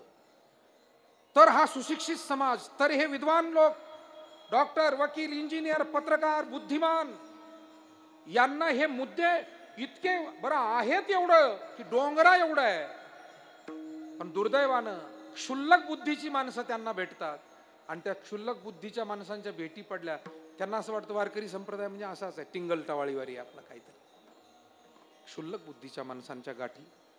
आणि म्हणून आम्ही सामान्यच आहोत सगळे, आपण तर फार लहान आहोत सगळे, पण आपल्या जवळचं संतांनी दिलेलं विचार भांडार किती मोठं आहे आणि त्यातलं जे जे उदात्त आहे म्हणून ज्ञानोबा आहे. हे इतकं महान कार्य त्यांनी केलं. पुढे जोग महाराजांनी ते कार्य केलं. न पाहे याती सगळ्यांना घेतलं, विनामूल्य शिक्षण आणि गुरुजनांनी सुद्धा विनामूल्य अध्ययन केलं. विद्यार्थ्यांना विनामूल्य मिळालं. म्हणून मायबाप हो, आणि असंख्य वेगवेगळ्या जाती धर्मातले आमचे साधक बंधू भगिनी या आध्यात्मिक कीर्तनाच्या व्यासपीठावर माझ्यासारखी शेतकऱ्याची कष्टकऱ्यांची मुलं उभी राहू शकली. हे माऊली ज्ञानोबा तुकोबारायांच्या नंतर जोग महाराज, गंगागिरीजी महाराज असे जे थोर थोर सगळे महात्मे झाले, त्यांनी हा अधिकार दिला आणि म्हणून कृपावंत होते. काय आपण त्यांचं वर्णन करणार. कायमी पतित कीर्तिवानू. आपण सामान्य तुकोबाराय स्वतःला पतित म्हणून घेतात.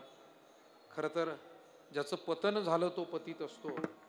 तुकोबारायांचं जीवनाचं फार मोठं उत्थापन त्यांनी केलेलं होतं, पण आपली स्वतःची महानता दाखवण्यापेक्षा लहानपण घेणं हा एक संस्कार असल्यामुळे कायमी पतित. एरवी तुका आकाशा एवढा हा त्यांचा अधिकार आहे. किंवा मनुष्याकृते राघवे ख्याती केली, शिळा शिखरे सागरी तारी येली. ज्यांनी मनुष्य रूपी फक्त अवतार घेतलेला आहे पण प्रत्यक्ष परमात्माच आहे तुकोबाराय म्हणजे. आणि म्हणून असं असताना कायमी पतित कीर्तिवान. आणि ज्ञानोबारायांना सर्व संतांना तुकोबाराय म्हणतात. अहो संत जन हो, तुमचं या भूतलावर येण्याचं कारण जीवाप्रमाणे नाही आहे. जीव हा कर्म शिल्लक राहिलाय, वासना काहीतरी वेगळी आहे आणि तदनुरूप तो जन्म घेतो कर्माप्रमाणे वासनेप्रमाणे. पण तुमचं येणं म्हणजे जगदुद्धारासाठी अभंगाचं दुसरं चरण. अवतार तू मा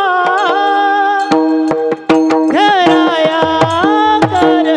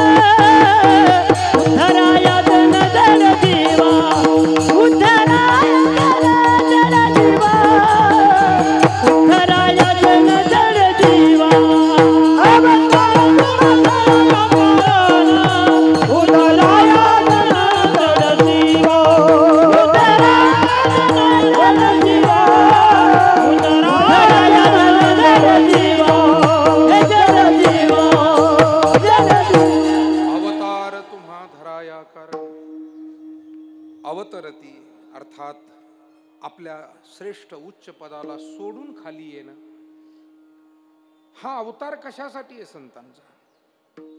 उद्धरया जन जड जीवा, जनसामान्यांचा उद्धार. या भारत देशामध्ये असे अनेक मोठे मोठे लोक होऊन गेले की गोरगरिबासाठी त्यांनी आपली स्वतःची महाल हवेली सोडून दिली आणि सामान्याच्या सेवेसाठी वाहून घेतलं.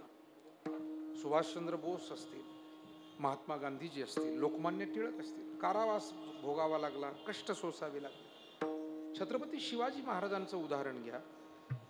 वडिलांप्रमाणे किंवा त्यावेळचे जेवढे मराठे सरदार होते हे आदिलशहा, निजामशहा अशांच्या सोबत सरदार म्हणून काम करायचे आणि त्याच्यामुळे मजेत त्यांचं चाललेलं होतं. शिवाजी महाराजांनी जर एखादी सरदारकी जहागिरी घेतली असती स्वतःला तर मला वाटतं पुष्कळ धन दौलत त्यांना मिळाली असती, आयुष्य आरामात जीवन घालता आलं असतं. पण महाराजांनी आपलं सुखाचं जीवन धोक्यात घातलं. महालात त्यांना किती काळ राहता आलं माहित नाही, पण राना वनात, डोंगर दऱ्यात, सह्याद्रीच्या कडे कपारीत, जंगलात, वनात कधी हुरडा खाऊन, कधी फळं खाऊन, कधी असलेली कालची परवाची शिळी भाकरी सोबतची खाऊन, अशा पद्धतीनं त्यांनी आणि त्यांच्या मावळ्यांनी लढाया केल्या. त्या काळात काय एवढी सोय होती की 10 किलोमीटर 5 किलोमीटर गेलं की एक ढाबा आला, थांबा. कसलं काय होत? गाव म्हणजे 10-20 शेतकऱ्याची, कष्टकऱ्याची, सर्व जाती धर्मियांची ती घरं असायची. 5-25 घरं म्हणजे झालं गाव. आणि झाडीमध्ये ती कौलारू घरं दिसतही नसायची, छोटीशी. असं ती जुनी पद्धत. पण महाराजांनी कष्ट घेतले. स्वतः त्यांनी सुख घ्यायचं ठरवलं असतं तर मस्त राहिले असते, पण इतरांसाठी झिजले. तसंच संत महात्मे सुद्धा या भूतलावर आले. उद्धरया जन, खर तर देवाच्या चरणाजवळ जाऊन प्राप्त झाले होते. आता एकदा ईश्वर चरणाजवळ जाऊन त्या मोक्ष आनंदामध्ये रममान व्हायचंय, पण त्यांनी पुन्हा या मृत्यूलोकामध्ये मृत्यूलोकी व्हावा जन्मा ही इच्छा प्रकट करून अवतार तुम्हा धराया. कारण उद्धरया जन, सामान्य जीवा नाही म्हटले बरं, जड जीवा. जड, अगदी या जडाशी ज्यांनी इतका संबंध वाढवून घेतलाय की जड हेच आपलं सगळं आहे. आपण जीव आहोत आणि जीव म्हणून चैतन्य आहोत आणि चैतन्य म्हणून परमात्म्याचे अंश आहोत, विसरूनच गेलोय. म्हणजे देहत्वची देव भोजन ते भक्ती, या जडालाच सर्वस्व मानायला लागलाय. आणि म्हणून या जडाच्या संबंधात अडकलेला हा जो जीव आहे, जडाला सर्वस्व मानतो असा जो जीव आहे. म्हणजे तुकोबारायांनी एका म्हातारीची गोष्ट सांगितली. बरं, इथं आलेल्या म्हाताऱ्या फार चांगल्या आहे, सगळ्या पुण्यवान आहे, भाग्यवान आहे, वारकरी आहे. ही कोणत्या म्हातारीची गोष्ट मी सांगतो? तुकोबारायांनी सांगितलेली, जी वारीला येत नाही अशी म्हातारी आहे. वारीला येत नाही, कीर्तन ऐकायला जात नाही. काय झालं, पंढरीची दिंडी निघायची आणि गावातले वारकरी निघाले, स्त्री पुरुष. तर एका आजीनं दुसऱ्या आजीला विनंती केली, चालती का ग? म्हणे दिंडीला चालती माझ्या बरोबर, अजून हातपाय चालतात, चल जाऊन येऊ. ती म्हणे नाही नाही मी नाही येत. खूपच आग्रह केला. आता घरच्या सुनांनी ते ऐकलं. म्हणे आत्याबाई अहो एवढा योग चालून आला, जा ना. त्यांना वाटलं निदान 8-15 दिवस तरी जरा. सुनांना वाटलं, म्हणून त्यांनी जरा उचलूनच धरला तो विषय. नाही नाही गेलंच पाहिजे, तुम्ही गेलंच पाहिजे. म्हातारीची तर इच्छाच होईना. पण आता यांनी सांगितलंय म्हणून निघायचंय. निघाली दिंडी. निघण्याचा दिवस, प्रस्थानचा. वळकटी बांधली, पिशवी भरली, कपडे लत्ते सोबत घेतले, सगळ्यांना भेटी. अहो म्हातारी ढसढसारडायला लागली हो घरातून निघायचं. म्हणजे जणू काही जसं काय वैकुंठालाच निघालोय अशी परिस्थिती. शेवटी वेशीपर्यंत गेली अशी तशी. जाताना सुद्धा इतकं सांगून गेली, माझे हातीचा कलवडू मज वाचवणे नका फोडू. ते गोवऱ्याचा कलवड रचलेला असतो ना. म्हातारी म्हणली मला येईपर्यंत फोडायचं नाही, काटक्या कुटक्या आणून स्वयंपाक करायचा. हे मी इथं ठेवलंय, ते तसं केलंय, ते तसं केलंय, सगळं सांगितलं. तुकाराम महाराजांनी अभंग लिहिलाय माय भगिनींनो त्याच्यावर, म्हातारीच्या स्वभावावर अभंग लिहिलाय गाथेमध्ये. आणि सगळं सांगून सांगून निघाली. शेवटी वेशीपर्यंत गेली, तिला एकदम नाही जावनाच पुढं. तिला वाटलं मी बळजबरी जर इकडे गेले तर या सुना काय करतील आणि काय नाही, म्हणून आवा चालली पंढरपुरा वेशी पासून आली घरा. याला जड जीव म्हणावं. त्या जडामध्ये इतका अडकलेला जीव, इतका आसक्त झालेला जीव. तुका म्हणे जीव आसक्त सर्व भावे आणि तरतील नावे विठोबाच्या. हे जड जीव आहे. आणि मग ती सांगायला लागली त्या दुसऱ्या म्हात्रेला, तुला जायचं तर जा, म्या जावेशे इला वाटे सवतीचे चाळे खोटे. या सुनायना म्हणे माझ्या मी जावा असं त्यांना वाटतंय, काहीतरी घोटाळा करायचा आहे म्हणे इकडे. आता काय मी वारीला जात, मला एक कळत नाही, वारीला नाही गेली, लग्नाला नाही गेली, पण एक दिवस तर जावंच लागणार आहे ना सगळं सोडून. मग एक दिवस जर जायचंच आहे सगळं सोडून, तर आता फार जीव गुतू देऊ विठाला विठाला.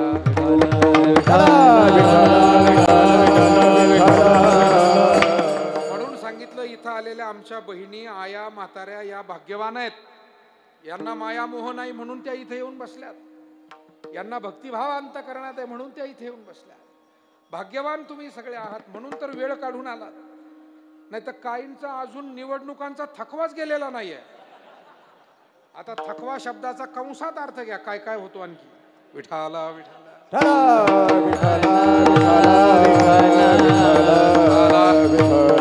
म्हणून आल्याबरोबर पहिला प्रश्न आमचे बंधू श्रीनिवास महाराजांना विचारला. म्हणलं महाराज वारी जरा कमी वाटते का? ते म्हणले जवळजवळ 25-30% कमी वाटते. मग त्याचे जे अनेक कारण आहे श्रीनिवास महाराज, हा थकवा एक कारण आहे त्याचं. विठाला विठाला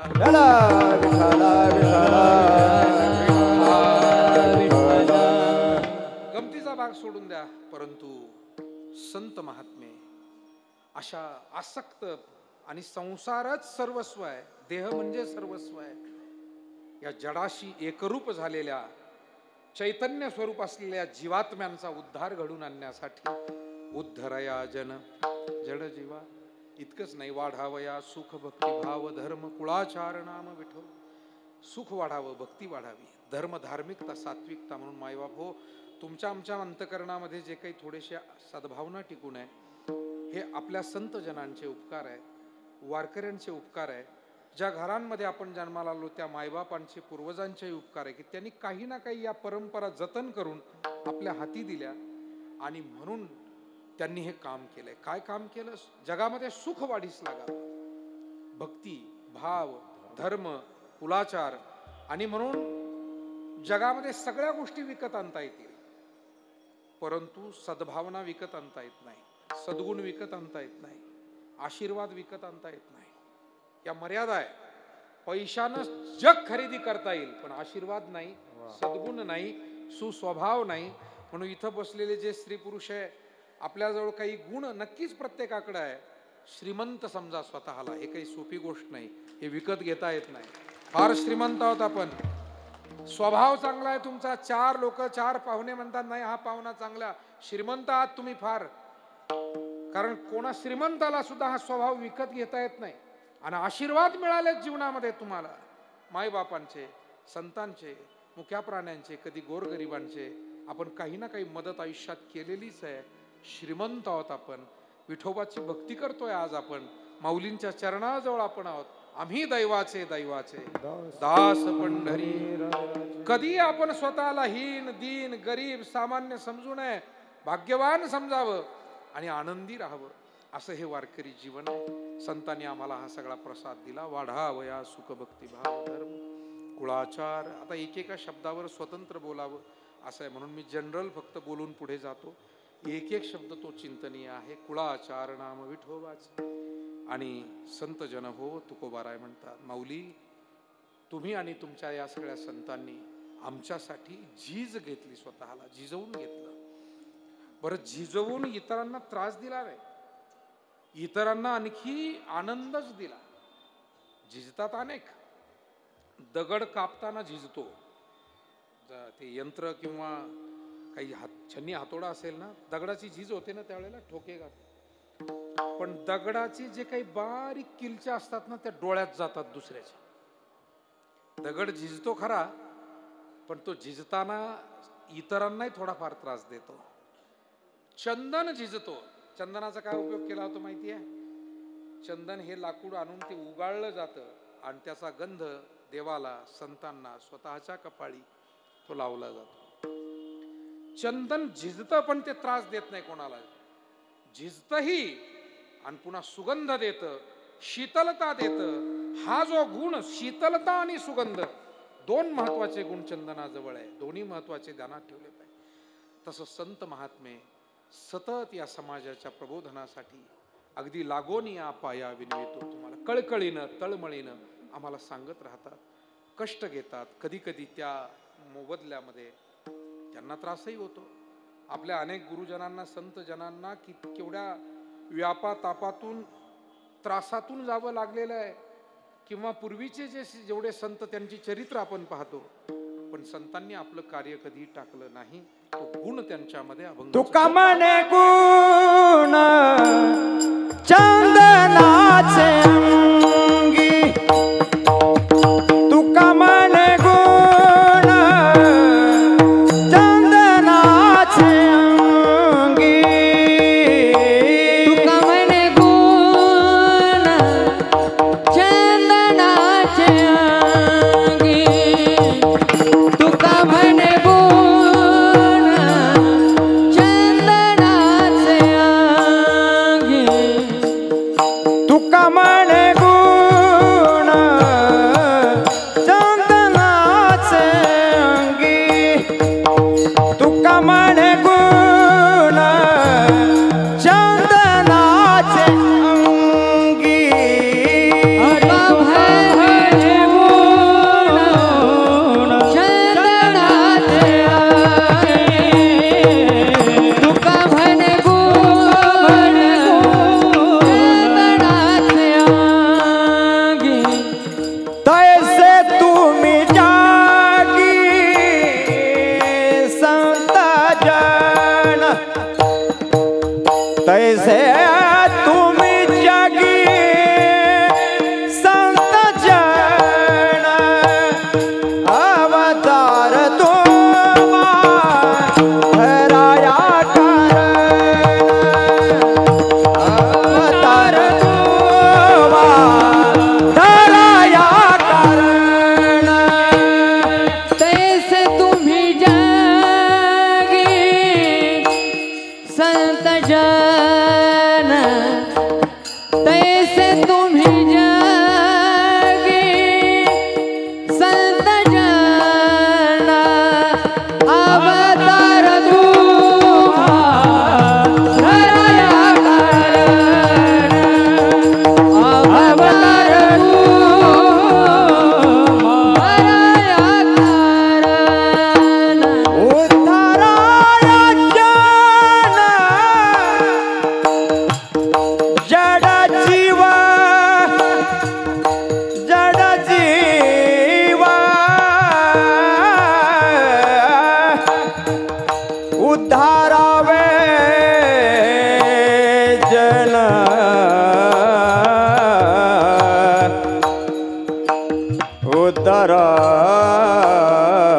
उद्धरावे, उद्धराया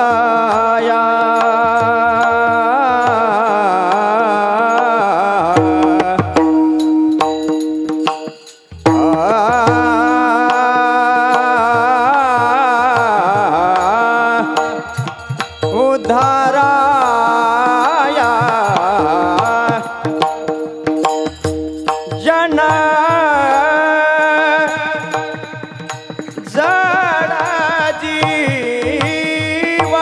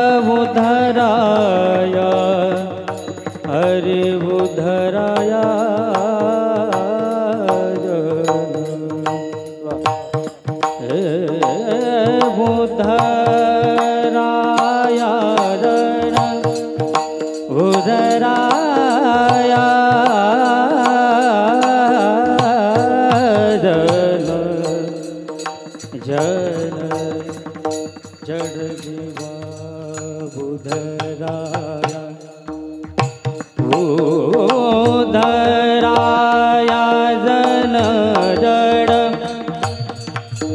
उदराया जन जड जड जीवा भूदराया जन उदराया जन जड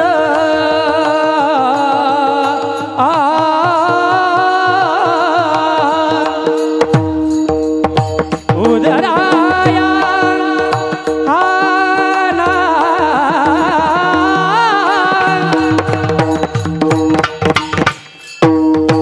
उदराया जना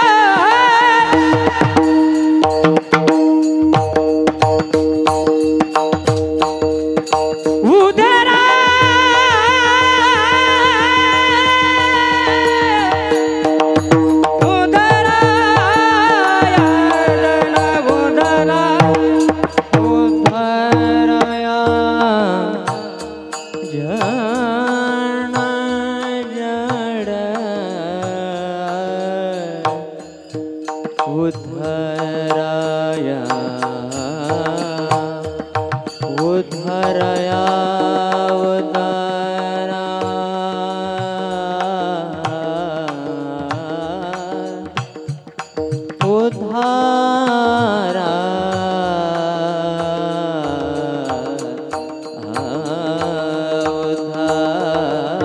उद्धाराया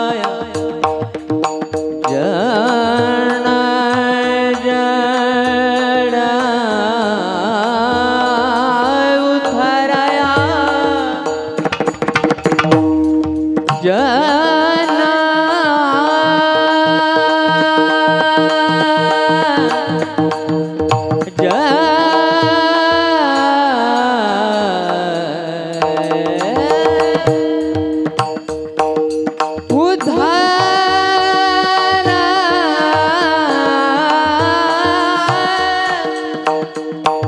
उद्धराया जन जड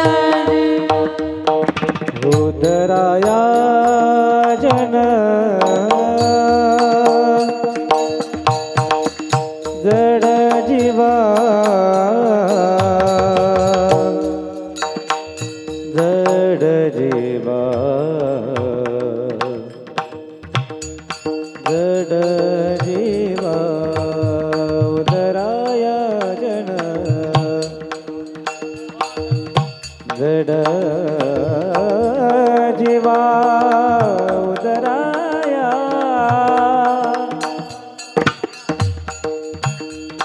उदराया जन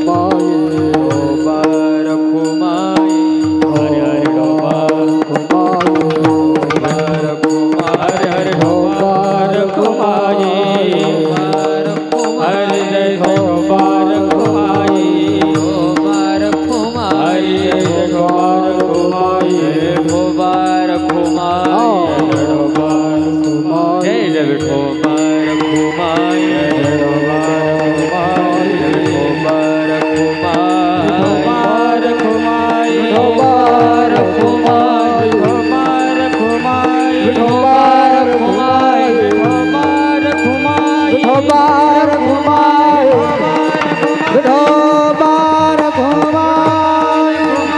विठोबार घुमाए विठोबार घुमाए विठोबार घुमाए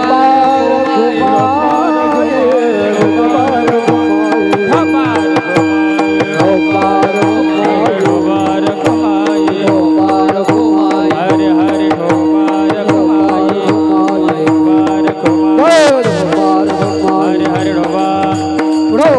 जय जय जय ढोबार घुमाए हरे जय जय ढोबार हरे घुमाए हरे जय जय ढोबार घुमाए हरे ढोबार घुमाए जय जय ढोबार घुमाए हरे ढोबार घुमाए ज्ञानेश्वर माऊली ज्ञानेश्वर माऊली ज्ञानराज माऊली ज्ञानेश्वर माऊली महाराज ज्ञानेश्वर माऊली ज्ञानराज माऊली तुका म्हणे गुण चंदनाचे अंगी तैसे तुम्ही जगी संतजन अवतार तुम्हा धराया किंवा धरावी कारण उद्धरावे जन जडजीव. या भूतलावर माऊली ज्ञानोबा आहे 21 वर्ष 3 महिने आणि 5 दिवस इतके प्रत्यक्ष रूपानं आपल्या सोबत राहिले. 22व्या वर्षी माऊलींनी समाधी घेतली. परंतु त्यांचा आशीर्वाद, त्यांनी दिलेला ज्ञानेश्वरीचा आणि वारकरी संप्रदायाचा विचार आणि त्या विचारांचा जो प्रभाव आहे तो आजही जनमानसावरती आहे. म्हणून लाखोंचा समुदाय माऊलींच्या या पुण्यभूमीमध्ये प्रतिवर्षी वारीच्या निमित्तानं, भजन कीर्तनाच्या, माऊलींच्या दर्शनाच्या निमित्तानं येतो. आणि एकच आहे की हा विचार आपल्याला जतन करायचा आहे, तो पुढे घेऊन चालायचा आहे. आणि माऊलींनी आम्हाला अंधश्रद्धेतून मुक्त केलं. माऊलींनी आम्हाला जातीय अभिमानातून बाहेर काढलं. माऊलींनी आम्हाला अज्ञानातून बाहेर काढलं. म्हणून आम्ही ज्ञानाची कास धरावी. आम्ही सर्वांना समान नजरेनं पाहावं. आम्ही अंधश्रद्धारहित शुद्ध भक्ती करण्याकडे आमचा कल असावा. अशा पद्धतीनं मार्गानं जर आपण गेलो तर माऊलींच्या समाधी सोहळ्यातून आपण काही निश्चितपणे घेऊन चाललोय. किंबहुना माऊलींनी दिलेल्या विचाराप्रमाणे आपण जीवनात काहीतरी करतोय असं म्हणता येईल. आनंदाची बाब अशी आहे की आपल्यापैकी बहुसंख्य भाविक, वारकरी आणि अनेक मान्यवर, कीर्तनकार, भजनी मंडळी, गुणीजन या विचारांची कास धरून वाटचाल करतायत. आपण याच चांगल्या वाटेनं चालण्याचा प्रयास करत राहूया. हाच संकल्प माऊलींच्या समाधी सोहळ्याच्या निमित्तानं करून माऊलींच्या चरणी वंदन करतो. वैकुंठवासी पूज्य विठ्ठल बाबा देशमुख यांनी सुद्धा माऊलींच्या शिकवणीनुसार सर्व जाती धर्मातले भाविक वारकरी एकसंघ केले. संघटन हे काम त्यांनी केलं. आलेल्याचा स्वीकार केला, त्याच्यामध्ये हळूहळू सुधार केला. अनेक चांगला आध्यात्मिक परिवार त्यांनी उभा केला. त्यातून अनेक घरं उभी राहिली, अनेक कुटुंब संस्कारित झाली. फार मोठं कार्य पूज्य विठ्ठल बाबांनी माऊली कृपेनं केलं. आणि आज ते कार्य डॉक्टर बाबा असतील, या सगळ्या वडीलधाऱ्या संतांचे आशीर्वाद घेऊन आमचे श्रीनिवासजी महाराज विठ्ठल बाबांचं कार्य पुढे नेत आहेत. अतिशय सुस्वभावी मी मागील वर्षी सुद्धा बोललो की अनेक गोष्टी जगामध्ये प्रभाव दिसतात. प्रभाव अनेकांचे असतात. कुणाचा ज्ञानाचा प्रभाव, वक्तृत्वाचा असतो, कामाचा असतो, पण त्याला चांगल्या स्वभावाची जोड असावी लागते. म्हणजे तो प्रभाव आपल्या आनंदाला कारण होतो, समाजाच्या आनंदाला. नाही तर अनेकांचे प्रभाव स्वतःच्या दुःखाला कारण झाले, लोकही त्यांनी दुःखी केले, कारण स्वभाव चांगले नाही म्हणून. आणि मग श्रीनिवास महाराजांना जी देणगी माऊली कृपेनं आहे, अतिशय गोड, सुस्वभावी, आपलेपणा, प्रत्येकाविषयीची जाणीव. मग आता ही इतकी मोठ्या संख्येनं गुणीजन महाराज मंडळी आळंदी क्षेत्रात एका कीर्तनाला उपस्थित राहणं, डॉक्टर बाबांनी उपस्थित राहणं, तुमच्यासारख्या आदरणीय वारकऱ्यांनी उपस्थित राहणं, इथे सगळीकडे कीर्तन चालू आहे. पण इथे आपण जे आवर्जून येत आहे ते देशमुख बाबांच्या विषयी श्रद्धा आणि श्रीनिवास महाराजांचा सुस्वभाव याला अनुसरून आमचा सगळा परिवार इथे येतो. म्हणून आज आमच्या गुरुबंधू कीर्तनकार प्रवचनकार गायक वादक जी आमची गुणीजन महाराज मंडळी त्यांनाही मी मनपूर्वक धन्यवाद देतो. खूप गोड साथ संगत सगळ्यांनी दिली. मृदंगाचार्य आमचे अत्यंत प्रभावी मृदंगवादक म्हणून महाराष्ट्रात प्रसिद्ध आहेत, त्यांना एक धन्यवाद देतो. सर्वांनाच धन्यवाद देऊन माऊलींच्या चरणी नतमस्तक होऊन सेवा थांबवू. विठ्ठल जय जय.